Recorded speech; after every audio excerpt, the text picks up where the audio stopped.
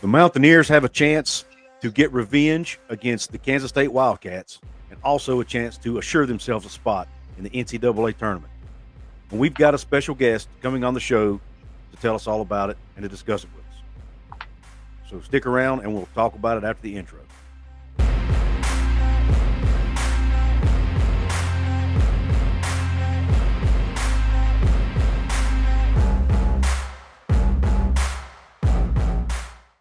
What is going on, Mountaineer Nation and college basketball fans? This is Couz.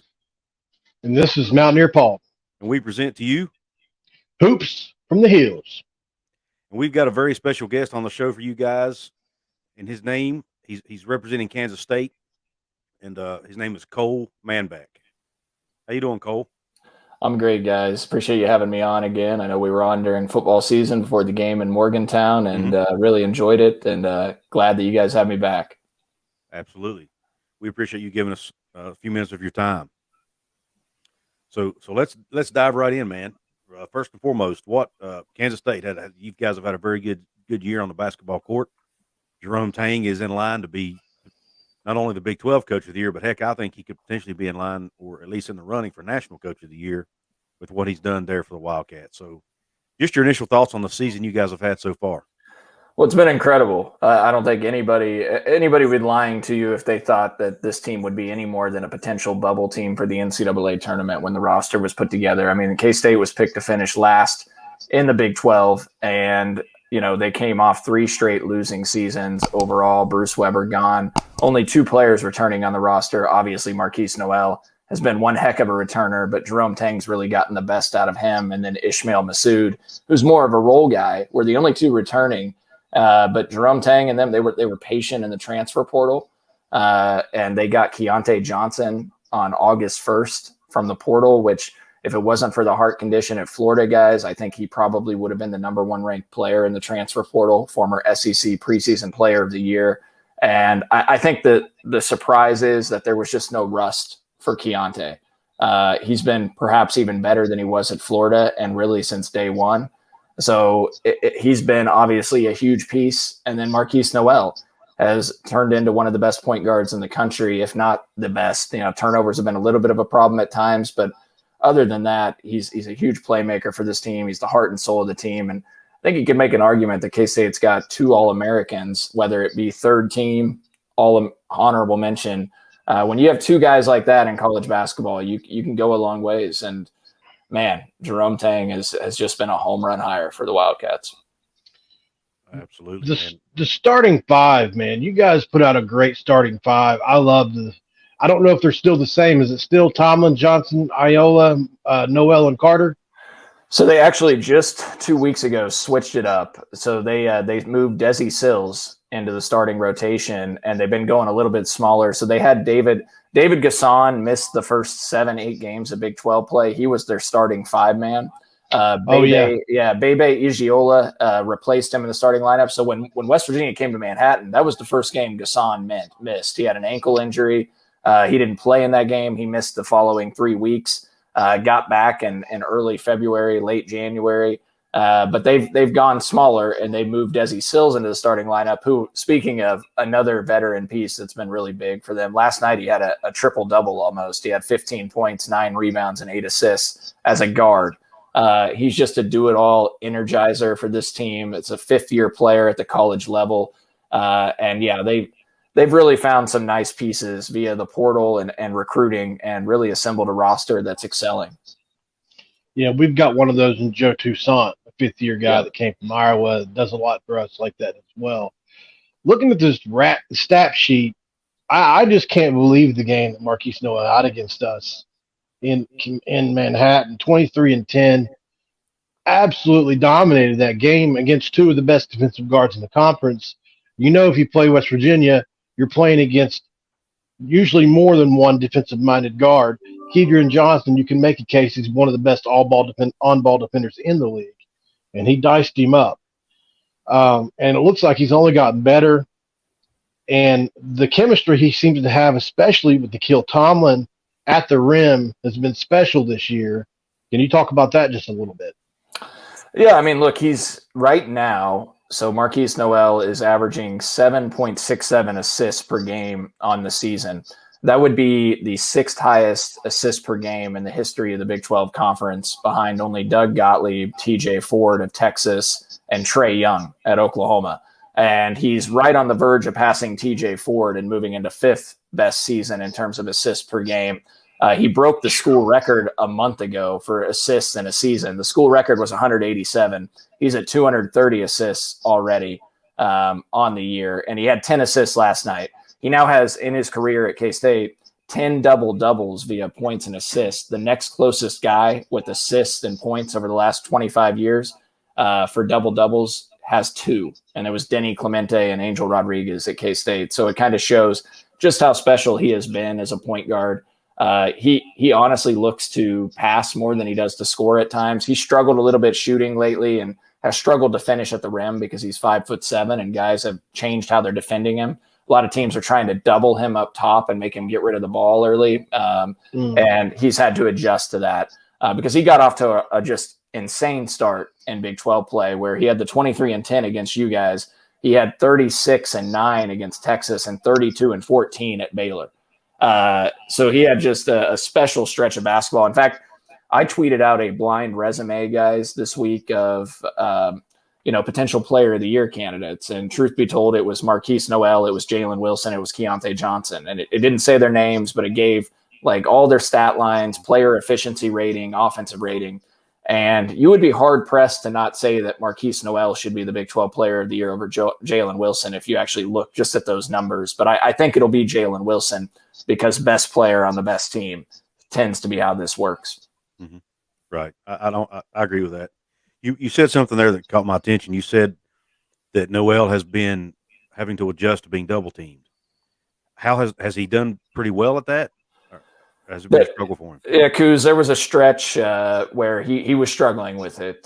Turnovers were a bit of a problem. He had a couple games where I think he turned it over 6 or 7 times. Teams were putting bigger guys, so they were hedging out on him, and just K-State wasn't moving the ball quickly enough and just had trouble adjusting. When this team has struggled, it's really been because of turnovers. They had a couple of games where they just kept giving the ball away. You look at, I'm trying to think through some of the different games, like the game at OU that K-State lost and the game at Texas Tech. It was really just turnovers that shot themselves in the foot in both of those games, and that's the reason they lost. Because if they can get set in their half-court defense, guys, and not turn the ball over, if they don't have live ball turnovers that lead to runouts, K-State's 13th in the country in Ken Palm defense right now. So they've been a great defensive team. And Paul, you mentioned Naquan Tomlin. A lot of it is because he's a 6'10" guy that has the ability to switch and guard anybody. He's so athletic and gives them that versatility. They've got a lot of guys that can, it's positionless basketball, right, which is the new thing. And they've got a lot of guys that can rotate and switch. And so they've been tremendous defensively. But getting back to Nowell, Couz, it has been a bit of a problem. But he has started to come out of that on the other end, and he's adjusted, and he's had 3 or 4 games now as part of this 4-game winning streak for K-State where he's been playing really well. And the reason I asked is because West Virginia went through a few games there where they were struggling early in the season. Same thing. Big 12 play, they were struggling to guard ball screens on defense. So Coach Huggins adjusted, and he started doubling on ball screens. Yep. And so it makes me think for this game, now they've gotten away from it the last few games, and they've started switching more. But if they see that on tape that, hey, he's had some struggles with that, maybe I'll be anxious to see does Coach Huggins and his staff go back to doubling on ball screens again with Nowell, and especially with his height. Do they see that and having a big double on him? Does that give West Virginia a little bit of an advantage? Yeah. I'll be interested to see if they make that adjustment. Yeah, it would certainly make sense if they do go about it that way. That's how some teams have had success. And, Keyontae Johnson went through some turnover problems as well as a result of that. It was really just it carried throughout the team when that was going on. And I think they've gotten through it a little bit. But, look, they're still prone to some games, as you know, especially on the road. It's so hard to win on the road in this league. And, when you look at this game in Morgantown, truthfully, I think West Virginia, I think they'll be favored in this game on their home court. The analytics will favor West Virginia, certainly, and I think they'll be favored in Vegas as well. I anticipate this being an absolute dogfight because you guys know I think West Virginia is in the tournament right now anyways, but if they win this game, they're a lock. And so it's senior day, and you guys have, 6 seniors that play meaningful minutes? Right.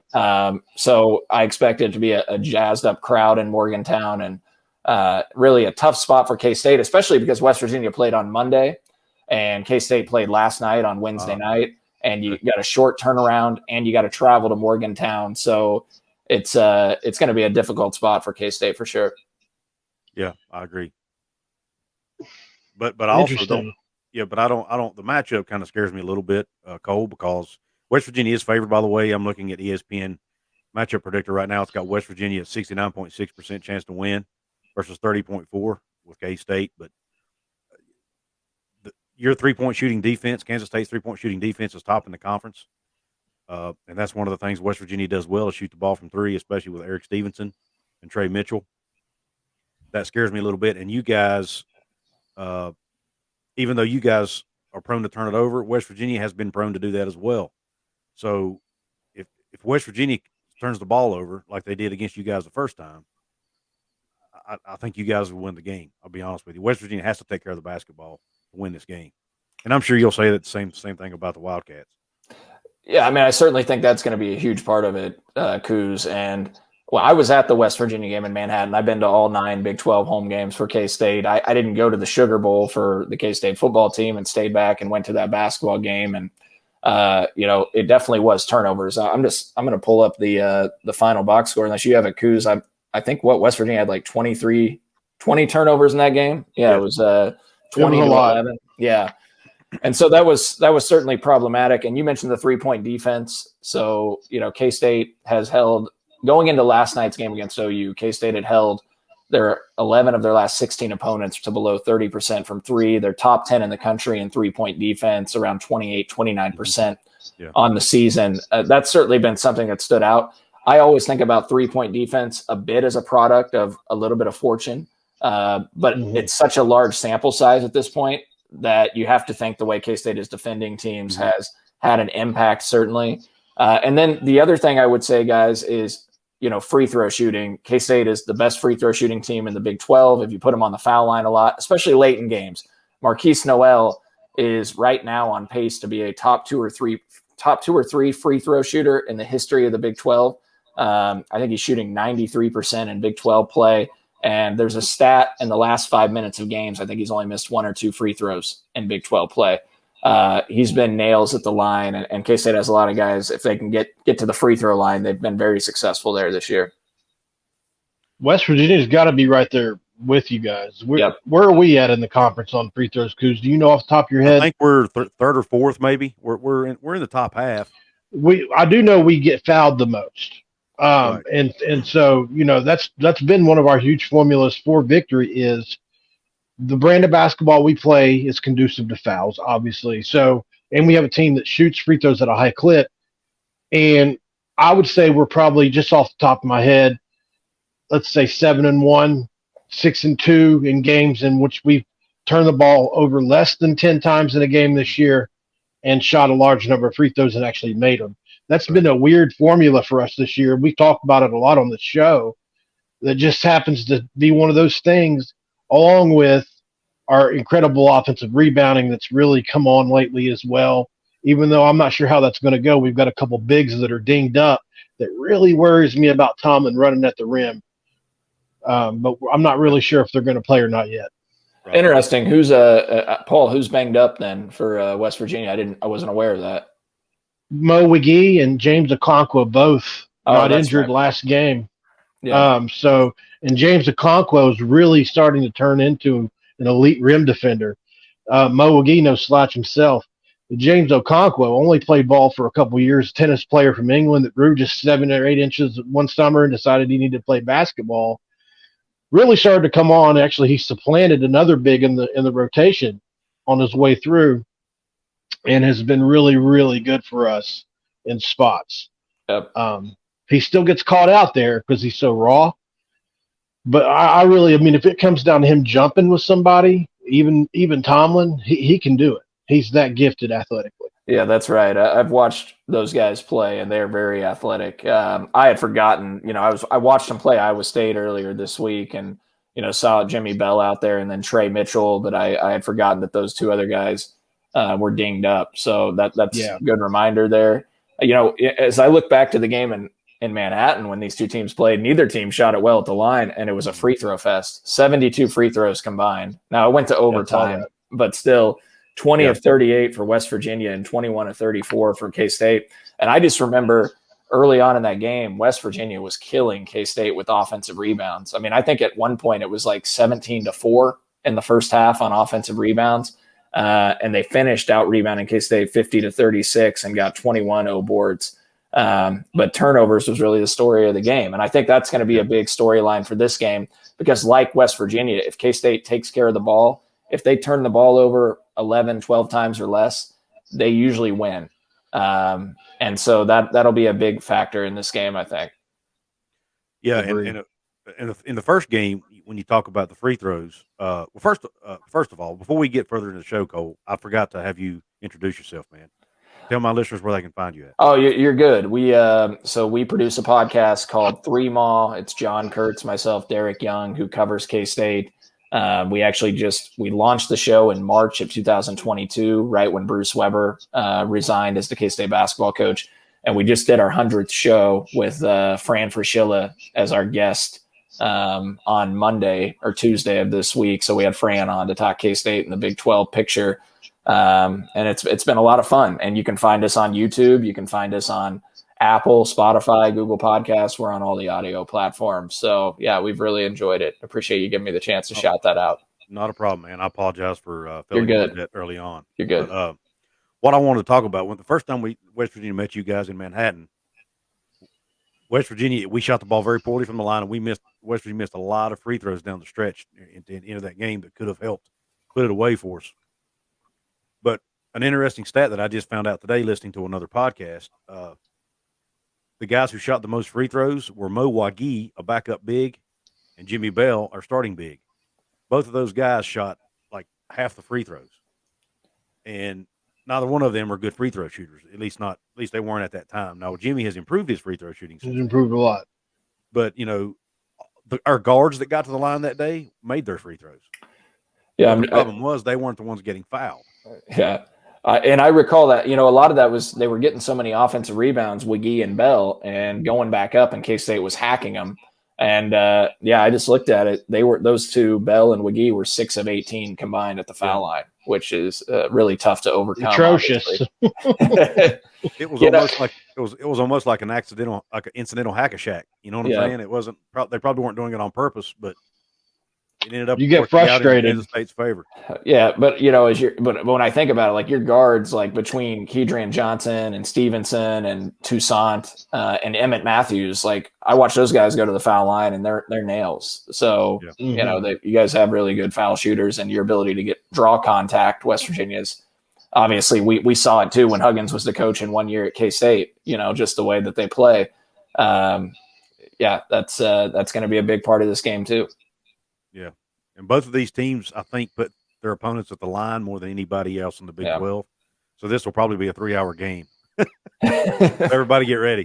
Yeah. And I mean, a lot on the line. I mean, not only West Virginia, potentially just locking up automatically. I mean, not automatically, but like we said earlier, they're going to get in the tournament if they win for sure. And they're probably already in now. But K-State, they're playing to finish second in the league. And seeding. Yeah, seeding, NCAA tournament, location. Des Moines is 3 hours from Kansas City, where I live. It's a lot closer. Like KU is going to get put in Des Moines too, but Midwest the Midwest Regionals in Kansas City this year. So K-State, potentially could get up to a 2-seed line in the NCAA tournament with maybe one more win and get put in the Midwest. Yeah. Potentially to get into that second weekend playing right in your backyard would be obviously amazing for them. And K-State's also playing to finish second in the league. If they win, they finish ahead Texas and Baylor. They own the tiebreakers. And if they lose, there's some tiebreaker scenarios where they could still finish second or third, but it's not as likely. So you talk about – and look, if you care about the Big 12 tournament, you don't want to be in that 4 or 5 game.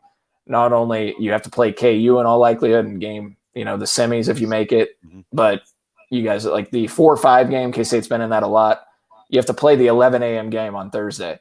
And nothing sucks more, frankly, than losing the very first game of the most fun day of the tournament.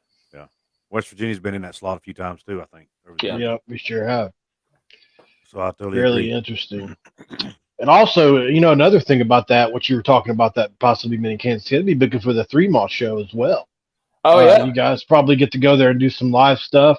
Yeah, that'd be cool. I'll be rooting for you guys if that happens. Yeah, we would probably try to see if we could swing something down at Power and Light District, and if we have the bandwidth and Wi-Fi and could get somewhere to take us.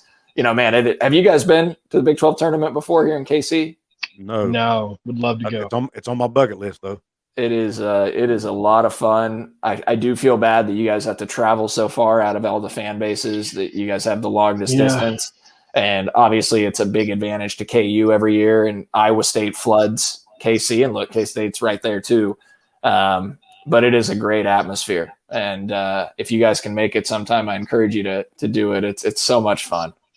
Yeah, I definitely hope to one of these days. One of the NCAA tournament locations this year is Greensboro, North Carolina, which I don't think West Virginia is likely going to end up in the West region if they do make it, which is all the way in Sacramento. So, but if they do look up and get the Greensboro region, that's only 2 hours from my house. I'll be there. Yeah, I would definitely try to make it, but that's there again. They got to get in first. So yeah, we worry about that. But anyway, Paul, you have any other questions? At that time. No, I was going to say we're almost at that time. You got kids to put to bed, from what I understand. I'd like to get a prediction out of everybody real quick before we go, if we could do that. You want me to go first? Yes, sir. Go for it. Yeah, look, I think ultimately, like I mentioned earlier, I think it's a tough spot for K-State. K-State's won 4 in a row going into this game. They won their last game on the road at Oklahoma State, but that was their first road win since the win at Baylor on January 7th. They went through a stretch where they lost 5 straight road games. Obviously, most teams play worse on the road than they do at home. But I think this is going to be a really tough atmosphere at K-State. Tough spot, shorter rest. West Virginia having a lot to play for too. And really these teams, when they played earlier this year, were very evenly matched. And you could make a strong argument that West Virginia should have won that game. They outplayed K-State for much of it and just made too many mistakes down the stretch. So I think West Virginia's physicality, their toughness, I think they'll be too much for K-State to overcome. I think West Virginia will win this game somewhere along the lines of like 75-68.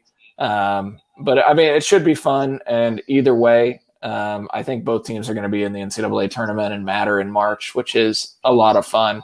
And obviously I want West Virginia to make the tournament. The more teams that make the Big 12, the NCAA tournament, the better. So absolutely. I'll be pulling for you guys. I pull for all the Big 12 teams, except for Kansas in the NCAA tournament, guys, frankly. I hear you. I get it.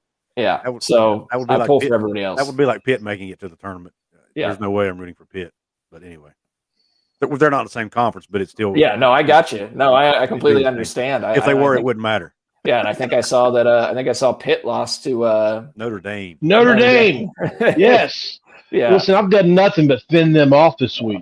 Nothing but fend. We beat them by 30, and yet because we have 17 wins, we're terrible. Anyway, don't get me started again. As you know, put Pitt in the Big 12 out of the ACC, and Pitt's probably 4-12 right now, like Oklahoma is, right? So yeah. All right, Paul, what's your prediction? I think Kansas. It really depends on the injury situation, but I'm gonna assume that Hugs, probably one of them will play. I'm not sure which. I would say probably James is going to be okay to play. I haven't heard anything serious about the ankle, but assuming one of those guys play, I'll feel a little better. But I'll go with, I think K-State wins 75-72. I think they're just a really good basketball team. I don't think they've done nothing but get better since we played them last. And I don't trust our guys to win a game in this spot yet. If we win this one, we'll certainly have some Mo on our side and really close out the year on a strong note. Well, I'm probably going to jinx us here because I'm going to pick the Mountaineers to win this one, and I don't always do that. I try to be objective, but I do like this. I think it's, like Cole said, two pretty evenly matched teams. I think West Virginia is playing their best basketball of the year right now. They're starting to play well when it matters. I think it's going to be a dogfight. I think it's going to come down to the end, but I think West Virginia is going to pull it out. I think the home crowd is going to give them a little bit of an edge, and I think they pull it out 71. I like Cole's score of 68 as well. 71-68 West Virginia in this one, but it's going to be a close one. Hey guys, I got a couple minutes still, and I had a question for you. I mean, what does Bob Huggins do? Is this his last year, or do you guys think he'll be back? No, he'll be back. Be back? I think he'll be back. Yeah. Okay. Yeah, he just signed a guard out of the portal today that was a Jose Perez teammate. Okay. So I think he's really working hard on next year's team. I think he really wants to get to another Final Four before he hangs it up, and he's just now starting to figure out this portal. It's been harder for him than a lot of other coaches just because of his age and how long he's been doing it one way, winning with juniors and seniors. So he's figuring that out, and I think he's really determined to put a really good team together next year. Yeah, I don't really have anything to add to that. I think I was curious for you guys' perspective because I know he got into the Hall of Fame, and I just wondered if with the era, as I think about the transfer portal, like you said, Paul, I think it's going to drive a lot of coaches out early, like Jay Wright, just saying to heck with it. I don't need to deal with this mess anymore. They've already got millions of dollars. So, but yeah, so I wondered if Hugs was in that same boat or not, but it sounds like he'll be back and good. I mean, I like Huggins, obviously. He revitalized K-State basketball in that 1 year, and it's been an upward trajectory since. Kurt says the same thing. Yeah. We have no ill feelings to Huggins for the 1 year. It really stung when it happened because I, in my lifetime, had never experienced winning K-State basketball until that year and really mattered. And the number one recruiting class was coming in, as you guys know, with Michael Beasley, and the fear of losing those guys and just finally tasting greatness. Well, not greatness. I mean, just success. The thought of going back to irrelevancy was really scary, but fortunately Frank Martin really worked out, and they've had success since. Right. Yep. Was that a Huggins special as well, hooking you guys up with Frank Martin? It was. I mean, he pushed for Frank to get the job, obviously. And look, the administration, they knew their best chance to retain the class was also Frank. And Frank ended up turning into a heck of a coach for K-State as well. And he was kind of the right-hand man for Hugs. And I had a great relationship with Frank and have a ton of respect for him. And what he meant to K-State too. So I know he struggled a little bit as he's went on in his career, but he meant a lot to this program too. And he was a Huggins special for sure. Right. All right, man. Well, we appreciate the love for Hugs, man, because we all love him here too. He's he could run for governor and win. I guarantee it. Yeah, probably so. Yeah, but, probably so. Yeah. Listen, Cole, we appreciate you coming on again, man. Everybody go check out the Email podcast with him and John Kurtz and Derek Young. Derek Young. Yeah. The name was, I had a brain lapse. Oh, you're good. He's part of the he is the publisher and editor for K-State's On 3 recruiting site. So yeah, he's it's been a fun time doing that. And look, we've been fortunate because we launched that in March of last year, and K-State's won a Big 12 championship in football and now has a top 10 team in basketball. So you should take all the credit. Yeah. I wish we could, but it definitely helps viewership and listeners, right? When things are going Trust me, well. We're doing. I'm seeing a little bit of the opposite effect. West Virginia fans are getting irritated and apathetic about it. So we see that anyway. Yeah, and we see that just like in 1 week, 2 week stretches. If K-State loses 3 in a row, like the listener numbers drop, right? People don't, and I get it. Like, K-State, I don't want to turn on sports radio after like a rough weekend and listen to, the negative talk and have to, just refresh my memory. Yeah, so I just avoid it. And so I understand. So, yeah. Listen, everybody go check his show out. Everybody go to Mountaineer Paul Talks Football, which is Paul's football channel. You can check my football channel out, Couz's Corner. Subscribe to all these channels, please. We thank Cole for coming on, and the guys, thank you for tuning into another show, and we're out.